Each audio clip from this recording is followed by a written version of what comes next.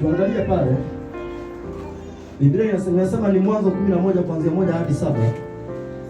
Ukisoma pale utasikia mpaka Bwana alishuka. Mungu alishuka aone mpaka ule mnara. Mungu akasema namna gani? Sikia vile Mungu anasema.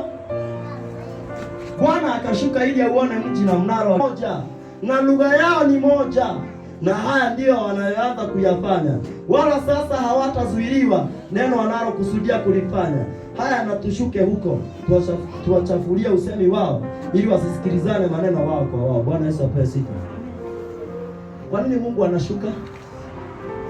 Ameona watu walio na nia moja, lugha moja, taifa moja likiungana, hakuna kitu hamwezi fanya. Bwana Yesu apewe sifa.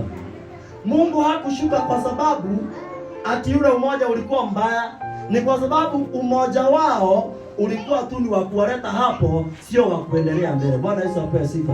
Hapo ndipo lugha zikaanza nyingi, ndio watawanyike. Lakini nataka uelewe, ni ule umoja ndio Mungu aliona watafanikiwa kufanya yale. Bwana Yesu apewe sifa. Mpendo, tuwe na huo umoja na ushirika wa kufanya mazuri. Tuambiane haya ndiyo mazuri, tuyafanye. Mungu atakuwa nasi. Tukishirikiana umoja, tufanye yaliyo mabaya, Mungu atashuka na ataweza kututawanya. Bwana Yesu apewe sifa. Umoja ni kitu muhimu sana mpendwa.